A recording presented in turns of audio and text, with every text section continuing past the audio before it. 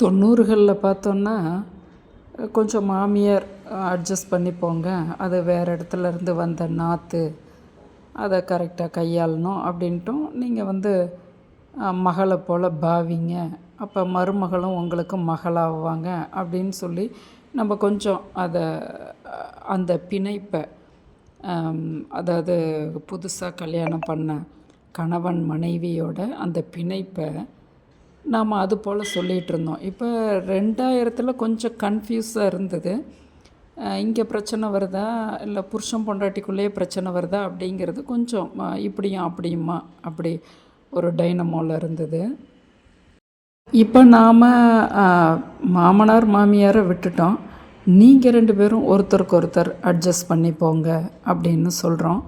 ஆனால் இப்போ நாம் சொல்லக்கூடிய இந்த புதுசாக கல்யாணம் பண்ண தம்பதியர்கள் நிறைய படித்தவங்களா, மோஸ்ட்லி படித்தவங்களாகவே இருக்காங்க, டிகிரி 2-3 வாங்கினவங்களாக இருக்காங்க. இல்லைனாலும் அவங்களுக்கு எழுத படிக்கையாவது தெரியுது, ஓரளவுக்கு அவங்களால மேனேஜ் பண்ணிக்கிற அளவுக்கான படிப்பு படித்தவங்க தான். ஆனாலும் நாம் ஒன்றும் இப்படி போ, இது மாதிரி நடந்துக்க மாப்பிள்ளைகிட்டன்னு சொல்கிறோம். நம்ம பையன்கிட்டே இருந்தால் மருமகிட்ட இது போல் இப்படி விட்டு கொடுத்து போ அப்படின்னு தாய்மார்களே தகப்பன்மார்களே சொல்கிற அளவுக்கு இப்போ இது வந்திருக்கு. இது இப்போ தான் வந்து நமக்கு இது பிடிப்படுதா அப்படின்னா, நம்ம 90ல் பேசினோம், 2000 பேசினோம், இப்போ 2025 பேசுகிறோம். 3 விதமாக இப்போ பேசியிருக்கோம் இல்லையா. இது வந்து இப்போ 90லேருந்தே நமக்கு நிறைய வந்து புக்ஸ் ரீடிங் வந்தது, நிறைய வந்து எல்லாத்து வீட்லேயும் பத்திரிக்கை வாசிக்க ஆரம்பித்தது, ரேடியோ, இப்போ அப்போயே வந்து தூர்தர்ஷன், யூடியூப் அதுக்கப்புறம் வந்து அந்த டிவி சேனல்கள் வந்தது.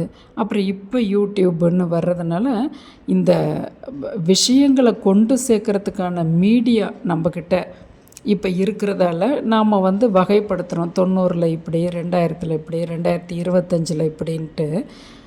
ஆனால் நாம் பார்க்குற கண்ணோட்டம் ஒவ்வொரு அந்த ட்ரெண்டை வந்து நம்ம குறிப்பிட்டு பேசுகிறோம். இது எப்பயுமே இந்த காலசக்கரம் இப்படியே சுற்றிக்கிட்டே தான் இருக்குது. இந்த 3 ட்ரெண்டுக்குள்ளே தான் மாற்றி மாற்றி வருது.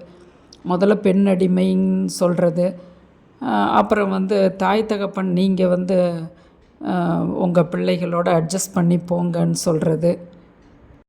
இது ஒரு சைக்கிளாகவே தான் வருது.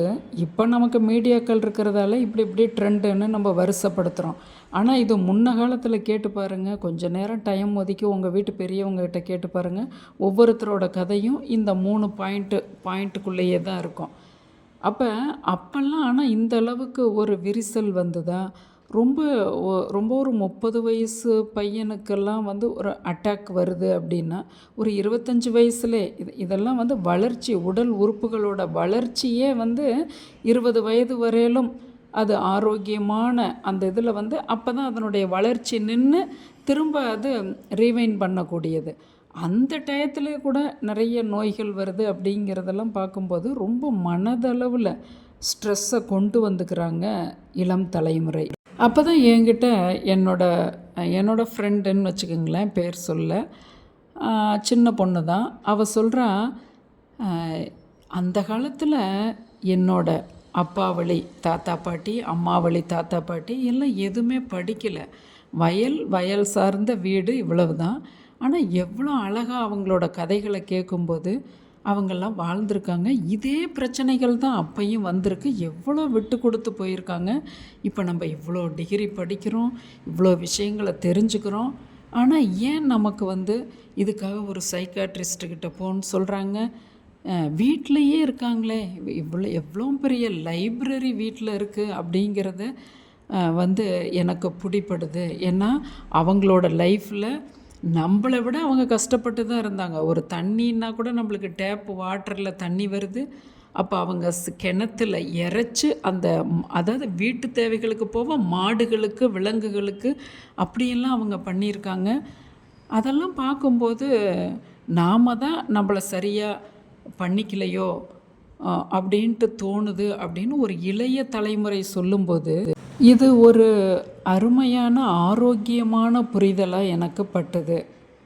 அவ்வளவு தான். அதே போல் தான் கேட்கக்கூடிய நீங்கள் இளைய தலைமுறையாக இருக்கட்டும், இல்லை போன தலைமுறையாக இருக்கட்டும், கொஞ்சம் விட்டு கொடுக்கறது, கொஞ்சம் சகிப்புத்தன்மையோடு போகிறது, ஆசைப்படுறது, பேராசைப்படாமல் இருக்கிறது, உறவுகள்கிட்ட நாம் எப்படி மரியாதையாக இருக்கணும், நண்பர்கள்கிட்ட, நெய்பர்ஸ்கிட்ட, இதெல்லாமே கொஞ்சம் கொஞ்சம் அப்படியே உங்கள் வீட்டு உறுப்பினர்கள்கிட்ட கொஞ்சம் மொபைலை எடுத்து வச்சுட்டு உங்கள் வீட்டு முகங்களை நம்ம பார்க்கும்போது நிறைய லெசன் உங்களுக்கு கிடைக்கும்.